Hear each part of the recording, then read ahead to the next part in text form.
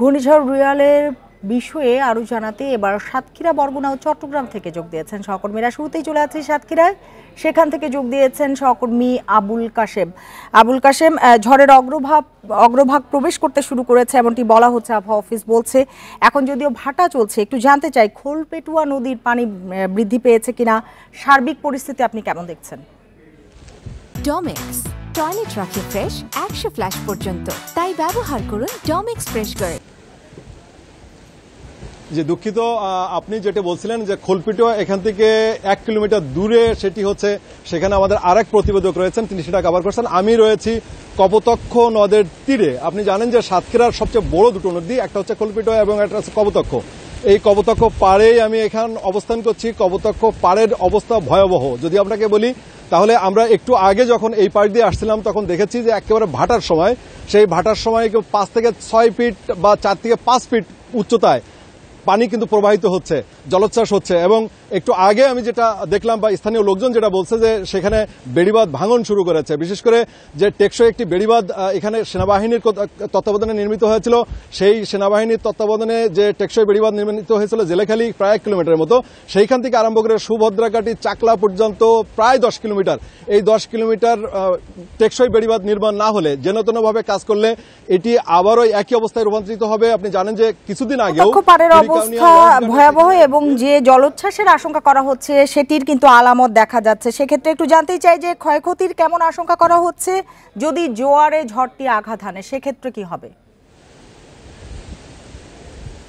জি, এখান থেকে যদি যে অবস্থা আছে, আমি জানতে পেরেছি যে বিশেষ করে আবহাওয়া অফিস থেকে জানতে পেরেছি যে রাত 11টার পরে এখানে মূলত জোয়ার শুরু হবে। তো জোয়ার শুরু হইলে পরে সেখানে যদি 5 থেকে 7 ফিট উচ্চতায় প্রবাহিত হয়, তো এই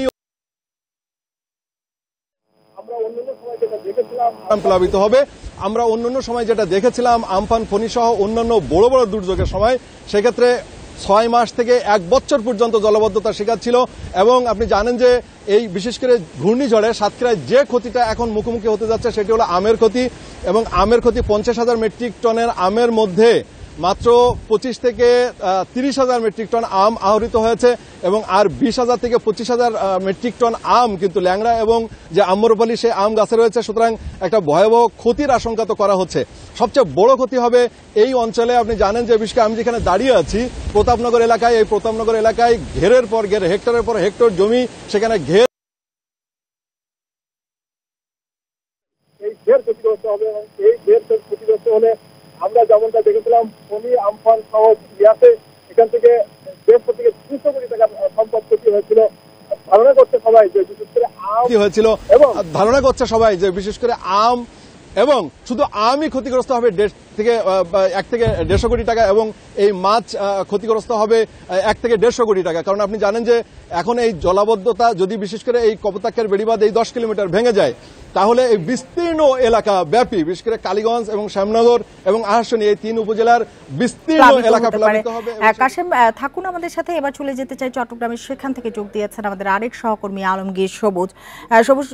আবহাওয়ার সর্বশেষ বার্তায় যেটি বলা হয়েছে যে 6টা থেকে 11টার মধ্যে এটি খেপুপাড়া অতিক্রম করবে। আমি জানতে চাই আবহাওয়া এই মুহূর্তে কি পরিবর্তন আপনি দেখতে পাচ্ছেন? সাগরের পানির উচ্চতা কি বৃদ্ধি পেয়েছে কিনা?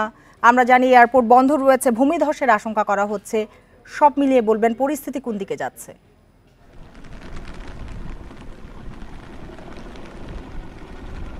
দুপুরের পর থেকে চট্টগ্রামে বৃষ্টি শুরু হয়েছে রিমালের প্রভাবে এবং বৃষ্টিটা তীব্রতা বাড়ছে এবং আপনি দেখছেন যেটা বলছেন সাগরের পানির উচ্চতা কিছুটা বেড়েছে এবং সাগর কিছুটা উত্তাল আসলে দেখা যাচ্ছে। তবে এখন পর্যন্ত আসলে যেটা বলা হচ্ছে যে চট্টগ্রামে যাদেরকে আশ্রয়কেন্দ্রে চলে যাওয়ার জন্য যে অনুরোধ করা হচ্ছে, যারা উপকূলীয় এলাকায় যাদের অবস্থান, আমরা খবর নিয়ে দেখেছি তাদের আসলে কেউ এখন আশ্রয়কেন্দ্রে যায়নি এবং তারা পরিস্থিতি পর্যবেক্ষণ করে তারা আশ্রয়কেন্দ্রে যাবেন এমনটা বলছেন। অন্যদিকে জেলা প্রশাসনের তরফ থেকে চট্টগ্রামে ঘূর্ণিঝড়কে মোকাবেলার জন্য প্রায় 800 শতাধিক বিদ্যালয় সহ বিভিন্ন আশ্রয়কেন্দ্র তারা প্রস্তুত রেখেছে। পাশাপাশি খাবার, স্যালাইড এবং ট্যাবলেট সহ যা যা প্রয়োজনীয় যা কিছু আছে সবকিছু তারা মজুত রেখেছে বলে আমাদেরকে জানিয়েছে। এবং চট্টগ্রাম বন্দর কর্তৃপক্ষ এই যে আয়োজন আশ্রয়কেন্দ্র প্রস্তুত করা, তারা কি গিয়েছেন কিনা আশ্রয়কেন্দ্রে?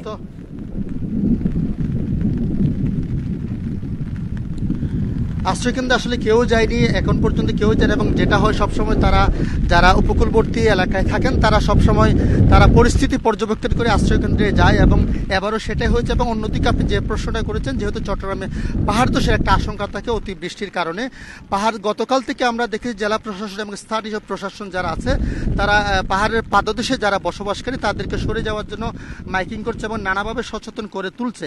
একটু আগে আমি দেখেছি সেখানে আসলে কেউ আসলে পাহাড়ের পাদদেশ থেকে সরে যায়নি, এবং স্থানীয় প্রশাসন তারা বলছেন তারা প্রয়োজনে তারা বল প্রয়োগ করবেন বলে আমাদেরকে জানিয়েছেন। অন্যদিকে আপনার যে বঙ্গবন্ধু টানেল যেটা খুব গুরুত্বপূর্ণ, সেটা আজকে সন্ধ্যা কে বন্ধ রাখার তারা ঘোষণা দিচ্ছে। তারা বলছেন যাতে কোনো ধরনের দুর্যোগময় পরিস্থিতিতে যাতে কোনো বন্ধ রাখা হয়েছে। সবুজ থাকুন আমাদের সাথে। এবার চলে যেতে চাই বরগুনায়, সেখান থেকে যোগ দিয়েছেন আমাদের আরেক সহকর্মী আরিফ হোসেন। আরিফ হোসেন, থেমে থেমে হালকা ও মাঝারি বৃষ্টি হচ্ছিল বরগুনায়, এখন কি অবস্থা? ফেরিঘাটের গ্যাংওয়ে ডুবে গেছে, অনেক এলাকা এরই মধ্যে প্লাবিত হয়েছে আমরা জানতে পেরেছি। নতুন নতুন কোনো এলাকা প্লাবিত হয়েছে কিনা বা পানি প্রবেশ করেছে কিনা এলাকায়? আসলে আপনাকে জানিয়ে রাখি, আসলে সকাল 9টা নাগাদ নদীতে জোয়ার এসেছে, এবং সেই জোয়ারের সাথে ঘূর্ণিঝড়ের যে প্রভাব, দুইটা প্রভাব মিলে আসলে নদীর পানিটা বৃদ্ধি পেয়েছে, যেটা আসলে পায়রা, বিষখালী এবং বলেশ্বর নদীতে যেটা 30 সেন্টিমিটার, বিপদসীমার 30 সেন্টিমিটার উপর দিয়ে প্রবাহিত হচ্ছে। আসলে এখন কিছুটা পানি নেমে গিয়েছে, যেহেতু ভাটার সময় চলছে, তো এইসব কারণে কিছুটা কমে যাচ্ছে। তবে এখন যেই 2টা থেকে এখন 4টা পর্যন্ত, তো এই সময়ে যেই পরিমাণ পানি কমার কথা সেই পরিমাণ পানি কমছে না। তো সেক্ষেত্রে একটা ঝুঁকি কিন্তু রয়ে গেছে। কিন্তু এই উপকূলের যে বেশ কিছু সাইক্লোন সেন্টার যেগুলো রয়েছে, আসলে সেই সাইক্লোন সেন্টার গুলো কিন্তু প্রস্তুত রাখা হয়েছে, এবং বিভিন্ন প্রশাসনের পক্ষ থেকে আসলে সাইক্লোন সেন্টার গুলো ঘুরে ঘুরে পর্যবেক্ষণ করছে, কিন্তু আশ্রয় প্রার্থীরা মূলত আসছে না। তবে কিছু কিছু এখানকার যে ভলান্টিয়ার কর্মীরা রয়েছে, যে ভলান্টিয়ার কর্মীরা, রেড ক্রিসেন্টের কর্মীরা রয়েছে, এবং তারা আসলে বাড়ি বাড়ি গিয়ে স্থানীয় ঝুঁকিপূর্ণ যেসব অঞ্চলের মানুষগুলো রয়েছে এবং তাদেরকে আশ্রয় কেন্দ্রে নিয়ে আসছে। আপনি যেমনটা দেখছিলেন, আসলে আমি অনেক আসলে স্বেচ্ছাসেবকদের আসলে আমরা দেখেছি যে তারা আসলে কিছু বয়স্ক মানুষদের আসলে তারা আসলে কোলে করেও নিয়ে আসছে, আমরা এমনটাও আসলে দেখতে পেরেছি। কিন্তু আসলে এখানকার যে সাধারণ মানুষ আছে তাদের মধ্যে আসলে যে আশ্রয় কেন্দ্রে যেতে হবে, ঘূর্ণিঝড়ের যে ব্যাপকতা, যে ক্ষয়ক্ষতি হবে, আসলে সেটার জন্য যে আশ্রয় কেন্দ্রে যেতে হবে, আসলে এই ধরনের তাদের ভিতরে যে স্পৃহাটা সেটা নেই। তাই এটা না থাকার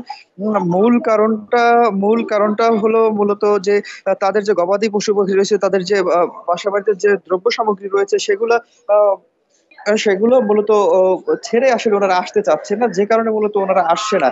তো এই ছিল আসলে বরগুনা থেকে সর্বশেষ। ঘূর্ণিঝড় রিমালের প্রভাব নিয়ে সারা দেশ থেকে কথা হচ্ছিল আমাদের সহকর্মীদের সাথে।